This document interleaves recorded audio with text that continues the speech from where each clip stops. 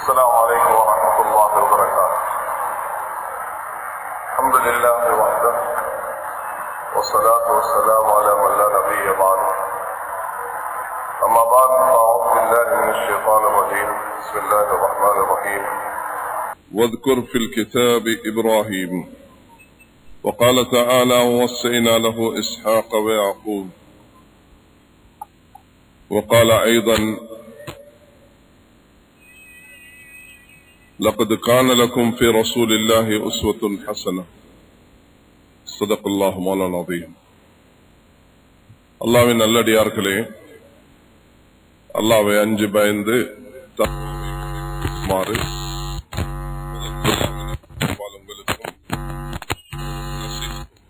செய்து கொடுக்கிறேன். கடந்த மாத ஒரு பெண் தாயாக, மகளாக, மனைவியாக, சகோதரியாக தன்னுடைய பொறுப்புகளை எப்படி நிறைவேற்ற வேண்டும், குர்ஆன் சஹாபாக்களுடைய வாழ்க்கையில் அதை எப்படி அழகாக நமக்கு எடுத்து காண்பித்திருக்கிறது என்பதை மிக சுருக்கமாக சொல்ல கிடைத்தது. இம்முறை மேலான சகோதரர்களே, குர்ஆன் ஒரு ஆண் தகப்பனாக, ஒரு மகன் தன்னுடைய மகனுடைய ஸ்தானத்தில், உடன் பிறந்தவர் சகோதரராக, மனைவிக்கு ஒரு கணவனாக, இந்த பொறுப்புகளை உள்ளவர்கள் தன்னுடைய கடமைகளை எப்படி நிறைவேற்றிருக்கிறார்கள், அதை நாம் எப்படி நிறைவேற்ற வேண்டும் என்ற குர்ஆன் நமக்கு ஒரு தகப்பனாக, ஒரு மகனாக, ஒரு சகோதரனாக, ஒரு கணவனாக, ஒரு மாமனாராக, ஒரு மருமகனாக எப்படி நமக்கு வழிகாட்டுகிறது. அல்லாஹு தஆலா ஒரு தகப்பன் என்று சொல்லக்கூடிய நேரத்தில் உலகத்தில் நபிமார்களை விட சிறந்த தந்தையுடைய அந்த பாத்திரத்தை, தந்தையுடைய அந்த ஒரு பொறுப்பான நிலைமையை நிறைவேற்றக்கூடிய ஒருவரை விட சிறந்த ஒன்றை அல்லாஹ் நமக்கு காண்பித்ததில்லை. ஹஜ்ரத் ஆதம் அலைஹிஸ்ஸலாம் காபில் ஹாபிலுக்கு தந்தையாக, நூஹ் அலைஹிஸ்ஸலாம் தனக்கு வழிபட்டு நடந்த மகனுக்கு, தனக்கு மாறு செய்த மகனுக்கு தந்தையாக, ஹஜ்ரத் இப்ராஹிம் அலைஹிஸ்ஸலாம் அவர்கள் அல்லாஹ் தஆலா அவர்களுக்கு கொடுத்த ஹாஜர் அலைஹிஸ்ஸலாம் மூலமாக இஸ்மாயில், அவர்களுக்கு சாரா மூலமாக அல்லாஹ் கொடுத்த இஸ்ஹாக், அல்லாஹ் ரப்புல் இஸ்ஸத் இதை வஸைனா லஹு இஸ்ஹாக வ யாக்கூப் என்று பயான் செய்கிறார்.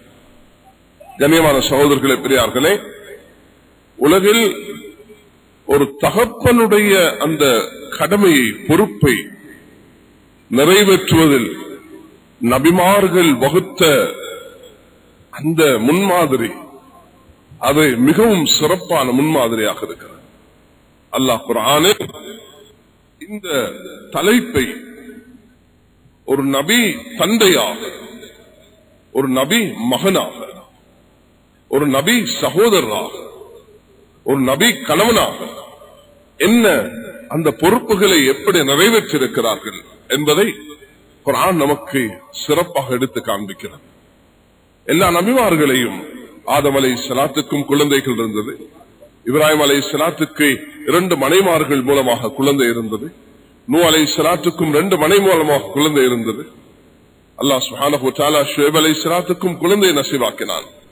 அதிலும் குறிப்பாக ஆண் குழந்தைகள் ஹஜ்ரத் இப்ராஹிம் அலைஹிஸ்ஸலாம் அவர்களுக்கு அல்லாஹ் இஸ்மாயிலையும் இஸ்ஹாக்கையும் நசீபாக்கினான். இன்று உலகில் உண்டான யூத பரம்பரை, அரபு பரம்பரையும் இந்த இப்ராஹிம் அலைஹிஸ்ஸலாம் அவர்களுடைய இந்த 2 குழந்தைகள் இருந்தான் உருவாகிறது. இஸ்ஹாக், யாக்கூப், அங்கிருந்தான் பனு இஸ்ராயல்கள், யூதர்கள் உருவானார்கள். இப்ராஹிம் அலைஹிஸ்ஸலாம் அவர்களுடைய ஹாஜர், ஒரு அடிமை பெண்ணுக்கு கிடைத்த இஸ்மாயில், அல்லாஹ் சுப்ஹானஹு வ தஆலா அவர்களுடைய சிறப்பு அம்சங்களை குர்ஆனில் பயான் செய்திருக்கிறார். இப்ராஹிம் அலைஹிஸ்ஸலாம் அவர்கள் தன்னுடைய மகனை குர்பான் செய்யும் அந்த காட்சை அவர்கள் எப்படி தைரியமாக அதை நிறைவேற்றினார்கள் என்பதை குர்ஆன் அதை மிக அழகாக எடுத்து காண்பிக்கிறார். ஒரு தந்தைக்கு குழந்தை மீதுள்ள பாசம், ரசூல் ஸல்லல்லாஹு அலைஹி வஸல்லம் அவர்கள் குழந்தைகளை மிகவும் அன்பு வைத்தார்கள், முத்தமிட்டார்கள். மெம்பர்ல இருந்து குத்பா நடத்தும் பொழுது கீழிறங்கி போய் அந்த குழந்தையை தூக்கினார்கள். தொழுது கொண்டிருக்கக்கூடிய நேரத்தில் ரசூல் ஸல்லல்லாஹு அலைஹி வஸல்லம் அவர்கள் தன்னுடைய பேத்திய தோல்ல வச்சுக்கொண்டு ஃபர்தான தொழுகையை நிறைவேற்றினார்கள். சுப்ஹானல்லாஹ், என்ன அன்பு, என்ன பாசம்!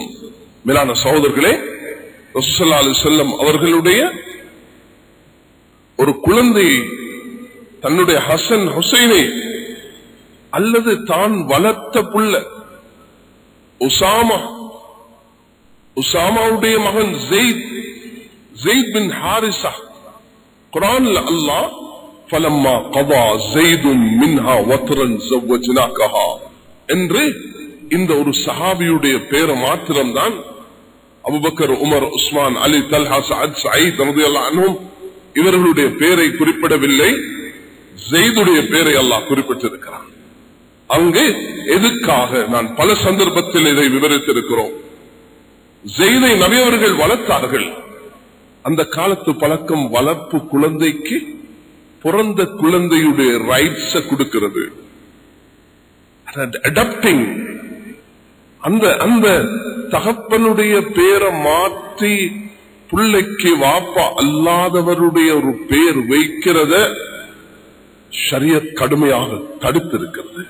மனின் தஸப இலா கைரி அபி ஃபகத் கஃபர, யார் தகப்பன் அல்லாதவரின் பக்கம் தன் பேரை அவர் திருப்பிக் கொள்கிறாரோ அவர் காஃபிராகிவிட்டார். அந்த அளவுக்கு ஒரு பாவம். வளர்க்கிறது யாருடைய பிள்ளையோ அவருடைய பேர்ல தான் வளர்க்க வேண்டும். ரசூல் ஸல்லல்லாஹு அலைஹி வஸல்லம் அவர்கள் ஸைதை வளர்த்தார்கள். ஸைத் பின் முஹம்மது என்று அழைத்த பொழுது உதுஊஹும் லி ஆபாஇஹிம் வ அக்ஸது இன்தல்லாஹ், வாப்பாட பேர் சொல்லி அழைங்க. இது நான் சொல்லல, குர்ஆன் சூரத்துல் அஹ்ஸாப்ல 33வது சூரத்துல 2வது அத்தியாயத்தில் அல்லாஹ் தஆலா குறிப்பிடுகிறான். அதனால குர்ஆன் ஒரு நபியுடைய தகப்பனுடைய ஸ்தானத்தை பயான் செய்கிறது. இப்ராஹிம் அலைஹிஸ்ஸலாம் தகப்பனாக, நூஹ் அலைஹிஸ்ஸலாம் தகப்பனாக, அந்த குழந்தை மீது எவ்வளவு பாசம்! மகனே, கப்பல்ல வந்து ஏறிக்கொள்ளலாமே. தந்தை, எனக்கு இந்த கப்பல் தேவையில்ல, மழை இருக்கிறது. புத்தியோடு விளையாடும் குழந்தைகளுக்கு இது ஒரு படிப்பினையாக இருக்கட்டும். தகப்பன் ஈமானையும் அல்லாவையும் ஆகிரத்தையும் சொர்க்கத்தையும் நரகத்தையும் ஏகத்துவத்தையும் நபித்துவத்தையும் பயான் செய்யக்கூடிய நேரத்தில் அவருடைய ஆத்மீக பயணத்தில் நானும் சேர்ந்து கொள்ளலாமா என்று பார்க்க வேண்டுமே தவிர, தகப்பன் போற வழி வேற, நான் என்னுடைய புத்தி, என்னுடைய செல்வம், என்னுடைய அறிவு, என்னுடைய ஆற்றல், என்னுடைய திறமை, என்னுடைய அனுபவம், என்னுடைய ஆட்சி, என்னுடைய பதவி என்று யாரெல்லாம் தவறான வழியில போனார்களோ அதுக்கு உதாரணம் தான் நூஹ் அலைஹிஸ்ஸலாத்துடைய மகன் போன வழி. பாப்பா கப்பல் ஏற சொல்கிறார், ஒரு நபியாக இருந்து சொல்கிறார். ஆனால் அந்த மகனோ தன்னுடைய புத்திக்கு அடிமையாகி, நபியுடைய தகப்பன் உடைய ஸ்தானம் வேறு, நபியுடைய ஸ்தானம் வேறு, அந்த நபியுடைய ஸ்தானத்தை பெற்றுக் கொள்ளாமல் அதை நிராகரித்துவிட்டு அவர் மேற்கொண்ட அந்த நிலைப்பாட்டை குர்ஆன் எச்சரிக்கை செய்திருக்கிறது. இன்னஹு லைஸ மின் அஹ்லிக், நபியே உன்னுடையது அல்ல இது என்று அல்லாஹ் தஆலா எச்சரிக்கும் அளவுக்கு அவருடைய நிலைப்பாட்டை குர்ஆன் பயான் செய்கிறது. அதனால் அல்லாஹ் தஆலா கண்ணியமான சகோதரர்களே, இந்த விஷயத்தை நான் திரும்ப ஞாபகத்துக்கு எடுப்போம். நாம் ஒரு குடும்பமாக வாழும் பொழுது தகப்பனாக இருக்கிறோம், மகனாக வாழ்கிறோம், சகோதரர்களாக இருக்கிறோம், கணவனாக இருக்கிறோம், மருமகனாக இருக்கிறோம், மாமனாராக இருக்கிறோம். குடும்பத்தில் பல பொறுப்புகள், பல நிலைமைகள் இருக்கிறது. அந்த நிலைமையில் இருந்து கொண்டு நான் ஒரு நபியுடைய வாழ்க்கையை எப்படி பின்பற்றணும்? குர்ஆன் வெறுமனே கதை அல்ல. இஸ்மாயில் அலைஹிஸ்ஸலாம் என்று சொல்லும் பொழுது அவர்களிடத்தில் படிப்பினை என்ன இருக்கிறது? எப்படி அவர்கள் தகப்பனுக்கு வழிபட்டார்கள்? இப்ராஹிம் அலைஹிஸ்ஸலாம் அவர்கள் வந்துவிட்டு சென்ற பொழுது தன்னுடைய மனைவியுடைய நிலைப்பாட்டை அவர்கள் புரிந்து கொண்டார்கள். எப்படி தகப்பனுக்கு வழிபட்டு நடந்தார்கள் என்பதை ஒரு முன்மாதிரியாக இருக்கிறது. ஒரு நபியாக இருந்து தகப்பனுக்கு தன்னுடைய களத்தை தாங்கள் வெட்ட முடியும் என்று கொடுத்த நிலைப்பாடு அது மிக சிறப்பானது. குர்ஆன் அதை பயான் செய்திருக்கிறது. சஹீஹ் புகாரியில் இப்ராஹிம் அலைஹிஸ்ஸலாம் வந்த பொழுது வயோதிபர் வந்துவிட்டு செல்கிறார். மருமகளுக்கு யாரென்று தெரியவில்லை. அந்த மருமகள் நடந்து கொண்ட விதம் அந்த நபிக்கு பிடிக்கவில்லை. நபி அவர்கள் எப்பொழுதும் மார்க்கத்தை தான் அவர்கள் பராமீட்டராக அடிப்படையாக வைப்பார்களே தவிர தன்னுடைய மனவிச்சயம், தன்னுடைய கர்வமும், தன்னுடைய குடும்பத்துடைய அந்த பண்பாடும் அதல்ல. இன்றைய பெற்றோர்கள் மருமகளை பார்க்கும் பொழுது குடும்பத்துடைய மாமியுடைய அந்தந்த தவறான கலாச்சாரங்களுடன் தான் அதை பார்க்கிறது. ஒரு நபி பார்க்கும் பொழுது மார்க்கத்தை முன்வைத்து, ஷரியத்தை முன்வைத்து, அல்லாஹ்வை முன்வைத்து, அல்லாஹ்வுடைய கட்டளைக்கு என்னுடைய இந்த மருமகள் வழிபட்டு நடக்கும் நன்றியுள்ள உள்ளமுள்ள ஒரு மருமகளாக, எனக்கு என்ன கௌரவிக்கணும், எனக்கு சோறு போட வேண்டும், என் உடுப்பை துவைக்க வேண்டும், அதல்ல இந்த மாமனாருடைய நிலைப்பாடு. இந்த மாமனாருடைய நிலைப்பாடு எப்படி அல்லாஹுடன் தொடர்பு இந்த மருமகளுக்கு இருக்கிறது. அல்லாஹுடன் எந்த அளவுக்கு பயபக்தியுள்ள பெண்ணாக இருக்கிறார். என்னுடைய மகன் இஸ்மாயிலுக்கு மருமகள் ஆகுவதற்கு இவள் பொருத்தமாக எனக்கு விரும்பவில்லை. அதனால் மகனே சொல்லுங்க, மகன் வந்தா இப்படி ஒருவர் வந்துட்டு போனார், இந்த வாசப்படியை மாத்திர சொல்லுங்க. கண்ணியமான சகோதரர்களே, பெரியார்களே, 2 சந்தர்ப்பங்களில் இப்ராஹிம் அலைஹிஸ்ஸலாம் வந்தார்கள். 2 நசீகத்தை செய்துவிட்டு சென்றார்கள். 2 மருமகள்மாரையும் அவர்கள் அடையாளம் கண்டார்கள். ஒரு மாமனார் மருமகளோட எப்படி பாசமுள்ள மாமனாக இருக்க வேண்டும், ஒரு தகப்பன் தன்னுடைய குழந்தையுடன் எப்படி அன்புள்ள குழந்தையாக தகப்பனாக இருக்க வேண்டும், ஒரு கணவன் தன்னுடைய மனைவியுடன் எந்த அழகான ஒரு பண்புள்ள நிலைப்பாட்டை அடைய வேண்டும் என்பதை குர்ஆன் நமக்கு எடுத்து காண்பிக்கிறது.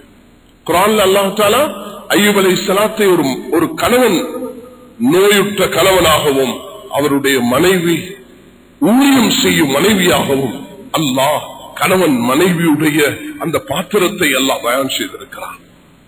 ஹஜ்ரத் இப்ராஹிம் அலைஹிஸ்ஸலாம் அவர்கள் ஹாஜர் அலைஹிஸ்ஸலாம் அவர்களுடன் வாழ்ந்து அந்த பாலைவனத்தில் விட்டுவிட்டு போகும் பொழுது நன்றி கெட்ட மனைவியாக அந்த மனைவி இருக்கவில்லை.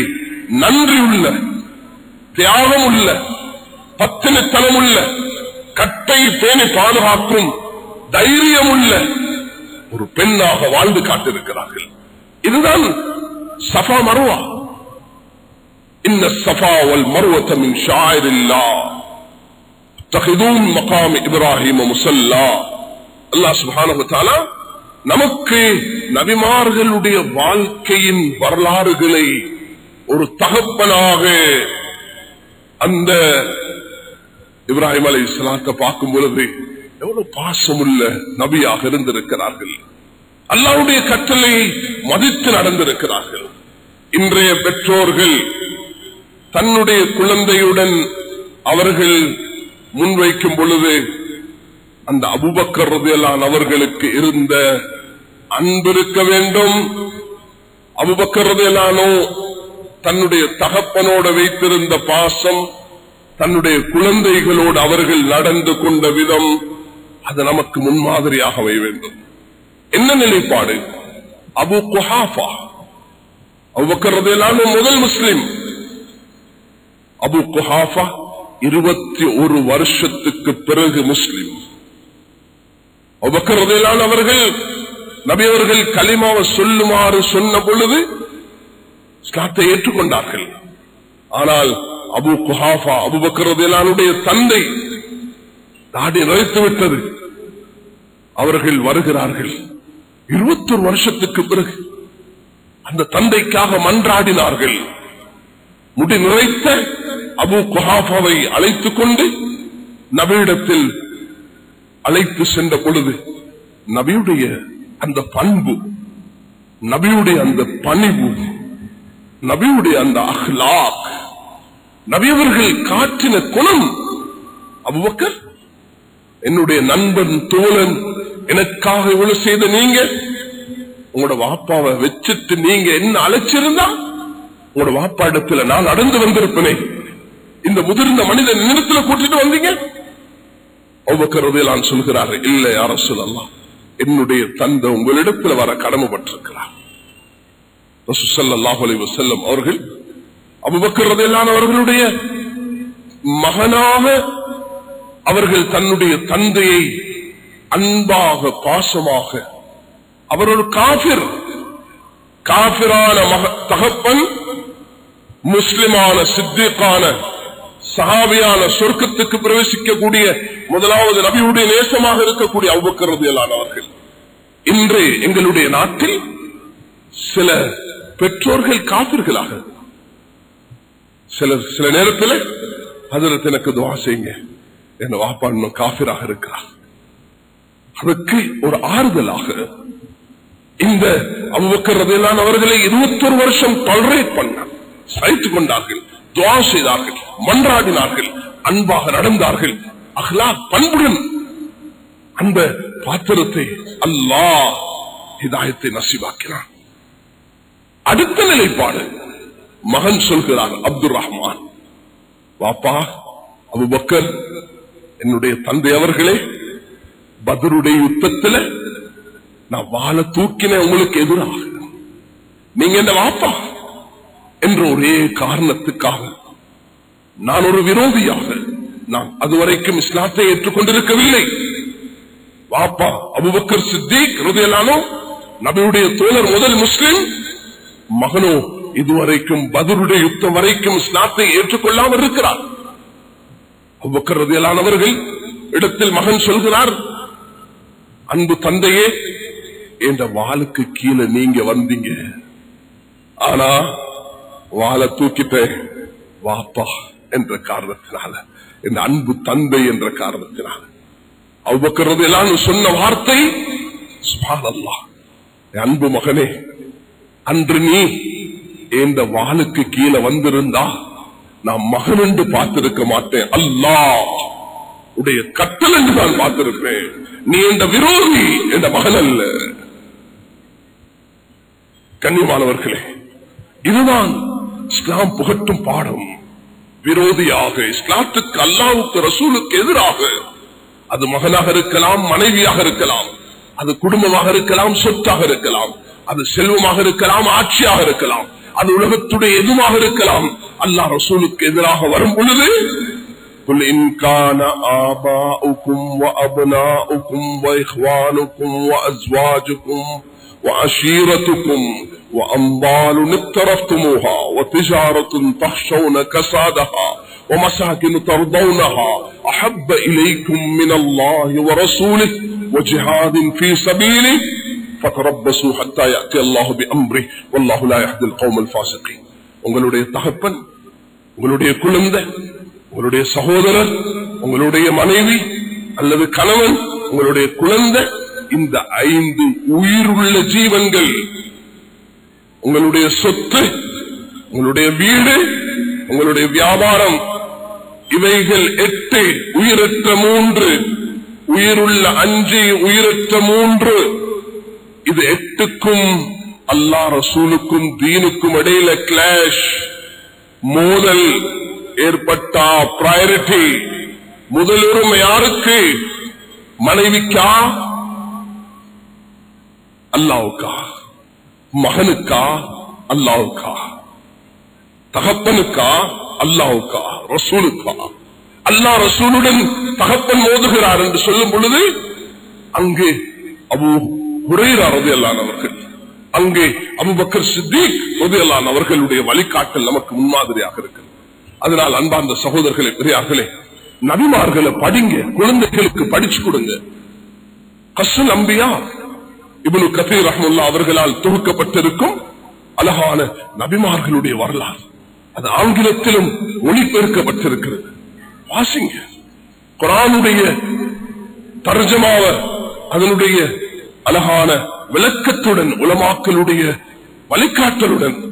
உலமாக்கள் இந்த நாட்டில் மக்களுக்கு குர்ஆனுடைய விளக்கங்களை மஸ்ஜிதுகளில் தஃப்சீர்களுடைய வடிவத்தில் நேரம் எடுத்து, காலம் எடுத்து, 200 சொச்ச மதரசாக்கள் இருக்கக்கூடிய உஸ்தாதுமார்கள் எடுத்த எடுப்புக்கு எந்த அறிவில்லாதவர்களும் வெறுமனே டிரான்ஸ்லேஷனை பார்த்துட்டு அதுக்கு விளக்கம் கொடுக்க முன்வரக்கூடாது.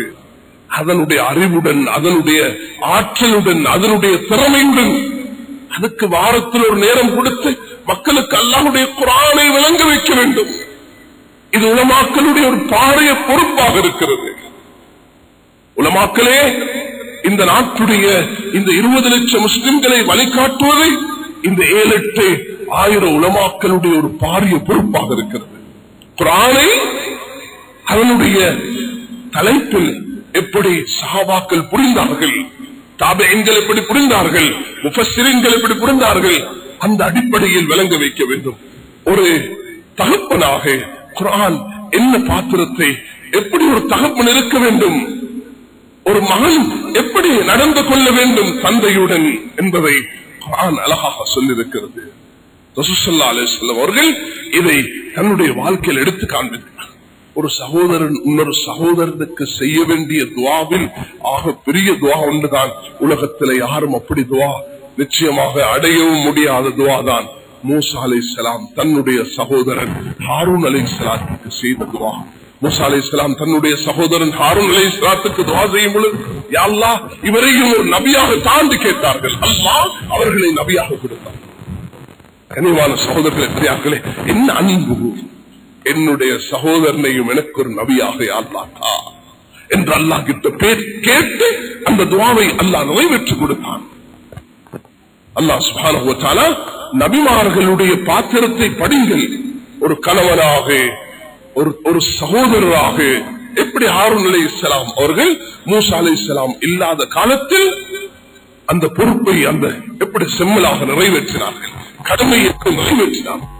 40 நாட்கள் மூசா அலைஹிஸ்ஸலாம் அவர்கள் மக்களை விட்டுவிட்டு அல்லாஹ்வுடைய அந்த தரிசனத்துக்காக சென்ற பொழுது சாமிரி வலிக்கெடுத்து விட்டான். 6 லட்சம் மக்கள், 6 லட்சம் மக்களில் 5,88,000 மக்களை சாமிரி மாட்டை வணங்க வைத்தார். மூசா அலைஹிஸ்ஸலாம் அவர்கள் திரும்பி வந்த பொழுது 12,000 மக்கள் தான் தப்பிருந்தார்கள். 5,88,000 மக்கள் வழிபட்டார்கள். தன்னுடைய சகோதரனின் தாடியை பிடித்து என்ன செய்தாய் என்று உசுப்பினார்கள். நான் உன்னை ஒரு பிரதிநிதியாக அல்லாஹ்வுடைய தீனை உம்மத்து மத்தியில் நிலைநாட்ட வேண்டும் என்று ஒரு பொறுப்பை என்னிடத்தில் தந்துவிட்டு போன பொழுது நீ இப்படி நடந்து விட்டாயே என்று மூசா அலைஹிஸ்ஸலாம் ஆத்திரப்பட்டதை அல்லாஹ் குர்ஆனில் எடுத்து காண்பிக்கிறான். இந்த நாட்டில் நாம் 20 லட்சம் முஸ்லிம்களாக வாழும் பொழுது சில சகோதரிகளை பார்க்கிறோம், அழுகிறார்கள், என்ற குடும்பம் இன்னும் இஸ்லாத்துக்கு வரவில்லை. சில தந்தைகளை பார்க்கிறோம், அழுகிறார்கள், என்னுடைய மகன் இன்னும் இஸ்லாத்துக்கு வரவில்லை. சில தாய்மார்களை பார்க்கிறோம், கண்ணீர் வடிக்கிறார்கள், என்னுடைய மகன் இன்னும் இஸ்லாத்துக்கு வரவில்லை என்று அவர்களுடைய அந்த கை சேதங்கள் இருக்கிறது. அதற்கு சஹாபாக்களுடைய வாழ்க்கையில் முன்மாதிரி இருக்கிறது. எப்படி அவர்கள் அந்த பாத்திரத்தை அடைந்திருக்கிறார்கள், எப்படி அந்த நிலைமையில் அவர்கள் சமாளித்திருக்கிறார்கள். அபூபக்கர் ரலியல்லாஹு அன்ஹுடைய மகள் அஸ்மா, மூத்த மகள், அவருடைய தாய் வருகிறார்கள், இஸ்லாத்தை ஏற்றுக்கொள்ளவில்லை. எப்படி சகிப்பு தன்மையுடன் அந்த தாயுடன் நடந்து கொண்டார்கள். நபியுடைய மனைவியாக இருந்த உம்மு ஹபீபா ரலியல்லாஹு அன்ஹா அவர்கள், அவருடைய தந்தை அபூ சுஃபியான் மதீனாக்கு வந்த பொழுது ஒரு சந்தர்ப்பத்தில் இஸ்லாத்தை ஏற்றிருக்கவில்லை. அந்த மகள் எப்படி தகப்பனுடன் நடந்து கொண்டார்கள், இது நமக்கு ஒரு முன்மாதிரியாக இருக்கிறது. ஆக நாம் நம்முடைய கடமைகளை தகப்பனாக இருக்கும் பொழுது நமக்கு சஹாபாக்கள் அப்பாஸ் ரலியல்லாஹு அவர்கள் எப்படி அந்த அப்துல்லா இப்னு அப்பாஸ், ஃபத்ல் இப்னு அப்பாஸ் தன்னுடைய மகன்மார்கள் எப்படி வழிநடத்தினார்கள். சுப்ஹானல்லாஹ். அந்த தகப்பன் தன்னுடைய குழந்தையுடன் எப்படி பாசத்துடன், எப்படி வழிகாட்டலுடன் அந்த குழந்தையை வழிநடத்திருக்கிறார்கள். மேலான சகோதரர்களே, 13 வயது அப்துல்லா இப்னு அப்பாஸுக்கு ரசூலுல்லாஹி அலைஹி வஸல்லம் வஃபாத் ஆகும் பொழுது, ஆனால் பிற்காலத்தில் இந்த உம்மத்துடைய பெரிய ஆலிம் என்ற பெயரை இந்த புள்ளை பெற்று தருகிறது. உமர் ரலியல்லாஹு அன்ஹுடைய மகன் அப்துல்லா என்று பெயர் வைத்தார்கள். எப்படி ஹஜ்ரத் ஜுபைர் ரலியல்லாஹு அன்ஹு அவர்களுக்கு மதீனாவில் முதலாவது கிடைச்ச குழந்தை அபூபக்கர் ரலியல்லாஹு அன்ஹுடைய மகள் அஸ்மா, அந்த புள்ளையை தூக்கி கொண்டு நபி ஸல்லல்லாஹு அலைஹி வஸல்லம் வந்தாங்க. நபி அவர்கள் பேரிச்ச பழத்தை வென்று அந்த குழந்தையுடைய வாயில் வைக்கிறார்கள். அப்துல்லா என்று பெயர் வைத்தார்கள்.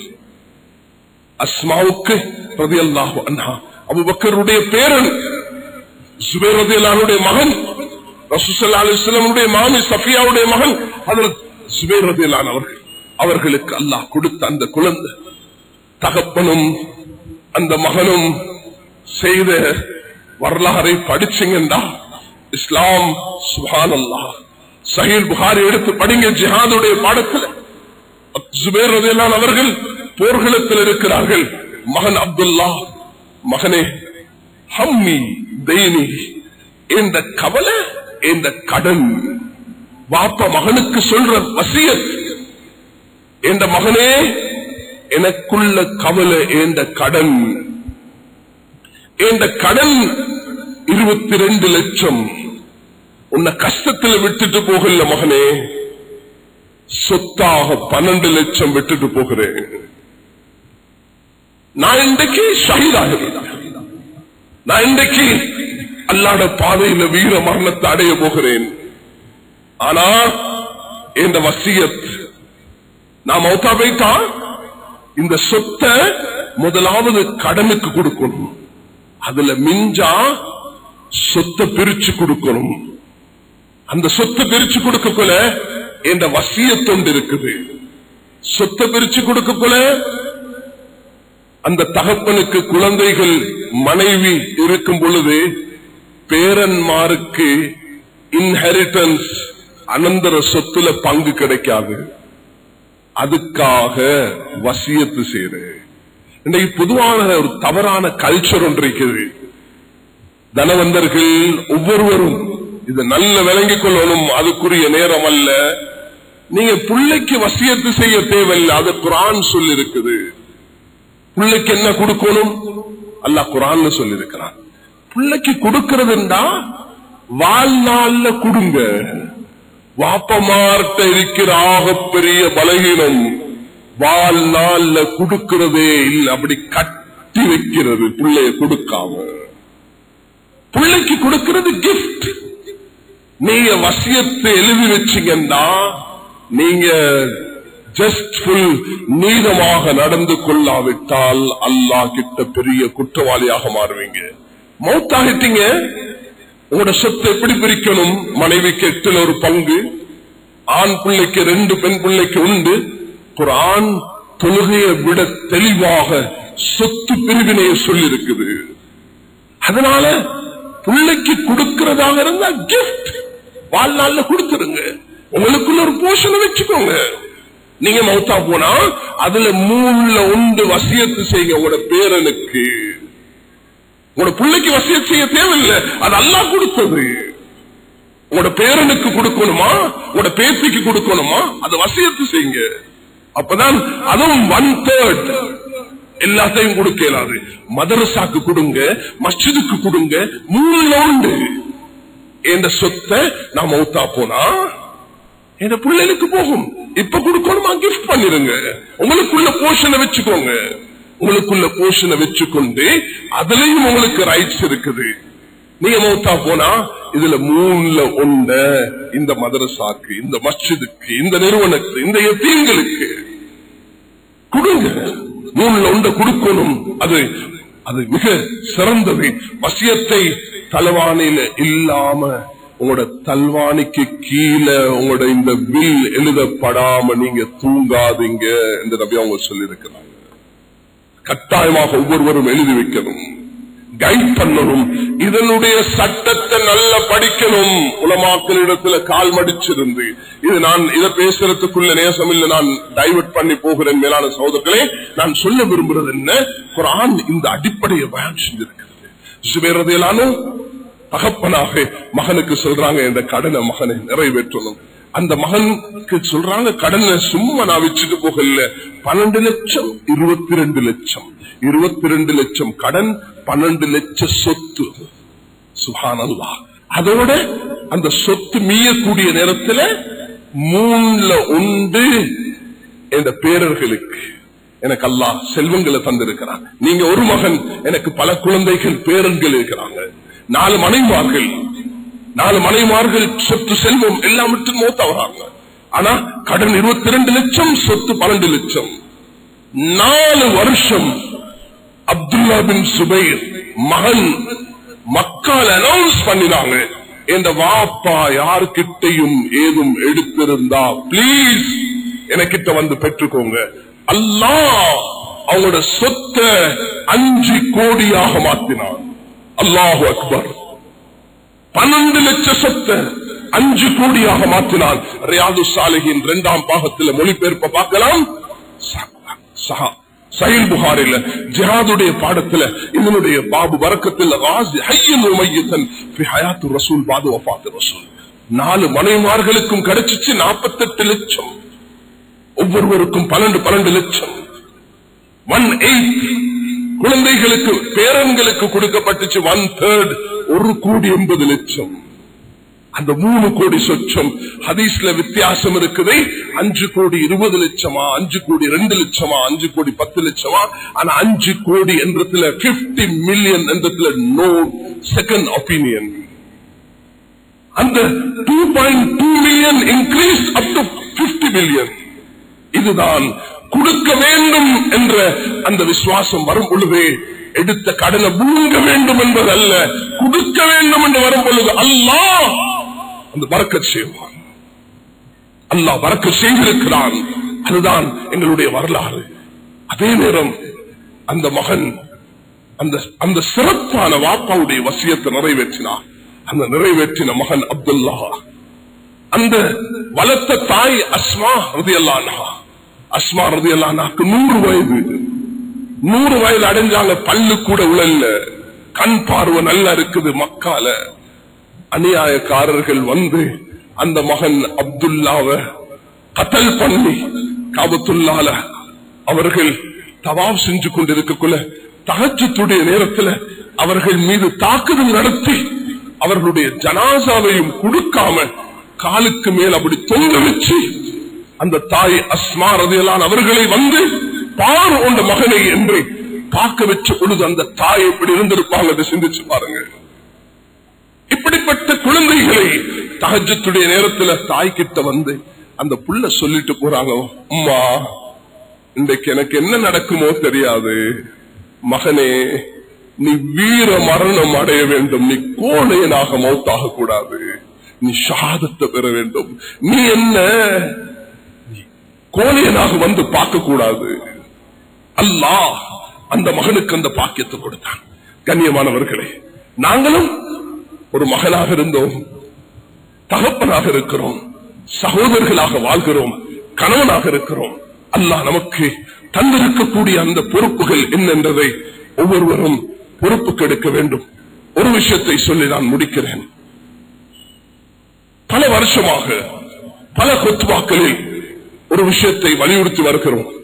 அது என்னவென்றால், எங்களுடைய நாட்டில் உள்ள 2500 மஸ்ஜிதுகள், அதுல குறிப்பாக பள்ளிக்கூடங்கள், நான் ஓதினது என்னுடைய ஒரு கண்டில ஒரு லிப்ப ஹஜரத் கிட்ட. அவர் 50 வருஷமாக எங்களுடைய கண்டி மஹல்லால குர்ஆன் ஓதி கொடுத்தார். 50 வருஷம் சேவை செஞ்சுட்டு மௌத்தாகினார். அல்லாஹ் அவருடைய கபரை பிரகாசிக்க வைக்கணும். இந்த சபையில் உள்ள எத்தனை பேர் 70, 60, 80 வயதை அடைந்தவங்க இந்த சபையில் இருக்கிறீங்க. நான் பார்க்கிறேன். அதனால நோயாளியாக இருந்தாலும் ரமலான் வந்தாலும் குர்ஆன் ஓத தெரியும். சிலர் திக்கி திக்கி ஓதுறோம், சிலர் சரிவர ஓதுறோம், சிலர் பிழையாக ஓதுறோம். ஓதுறதுக்கு ஆர்வம் இருக்கு.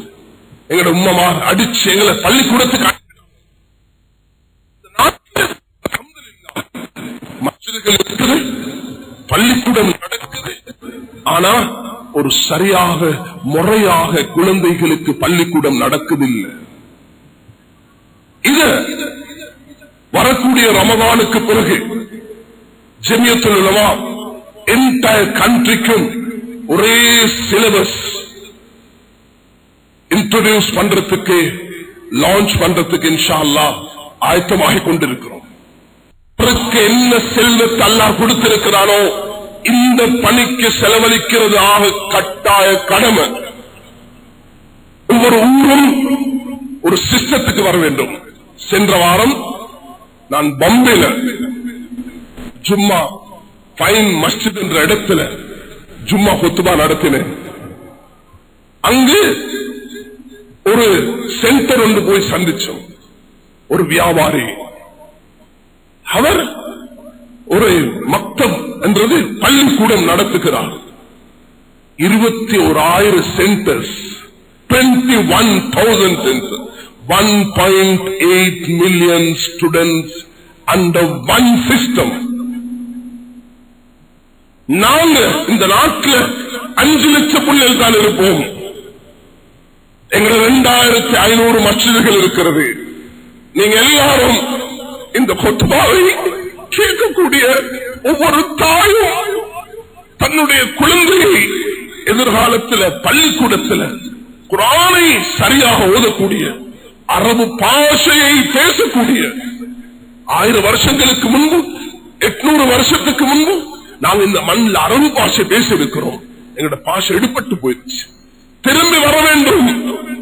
நாம் அந்த அரபியின் பக்கம், அரபு பாஷையின் பக்கம் திரும்பி வர வேண்டும். அதற்கு குழந்தைகள் சரியாக வழிநடத்தப்பட வேண்டும். இந்த நாட்டில் நாங்கள் வாழ்கிறோம். பௌத்த, இந்து, கிறிஸ்தவ, முஸ்லிம்கள் என்று இருக்கிறோம். எல்லா மதத்துக்கும் உரிமை இருக்கிறது. பௌத்தர்கள் யாரும் நான் கேள்விப்பட்டில்ல ஸ்கூல் பாடத்தில், இஸ்லாம் பாடத்தில் பாஸ் ஆகியிருக்கிறாங்க. எத்தனை பௌத்தர்களை நீங்க காட்டுங்க.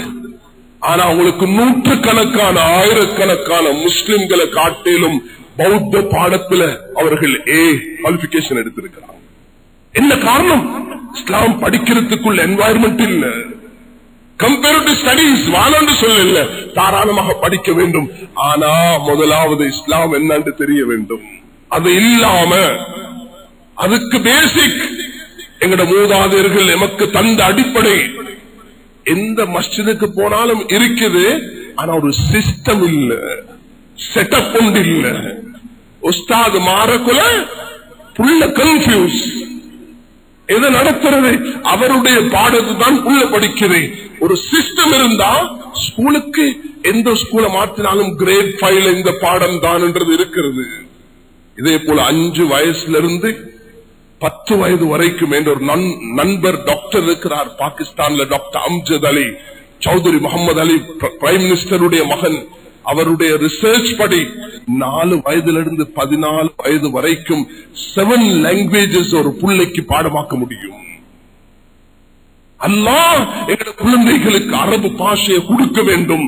இன்ஷா அல்லாஹ் இந்த வரக்கூடிய ரமதான்ல, அதுக்கு முன்பு கொழும்புல முதலாவது இன்ஷா அல்லாஹ் வரக்கூடிய மாதங்கள்ல நாங்க இந்த செட்டப் பண்ண போகிறோம். அதுக்கு ஒரு சிலபஸ் இருக்கும். அதை டீச் பண்றதுக்கு நான் கண்டிக்கு சென்ற வாரம் போயிருந்தேன். எனக்கு மிக கவலையாக இருந்தது. நம்முடைய ஊர்ல பார்த்த பொழுது சில மஸ்ஜிதுகள்ல 160 பிள்ளைக்கு ஒரு உஸ்தாத். என்ன அநியாயம் இது! 160 பிள்ளைக்கு ஒரு உஸ்தாத் எப்படி நடத்தலும் பாடம்? 20 பிள்ளைக்கு ஒரு ஆலிம். இந்த நாட்டில் 6000 பிள்ளைகள், 6000 உலமாக்கள் இருக்கிறாங்க.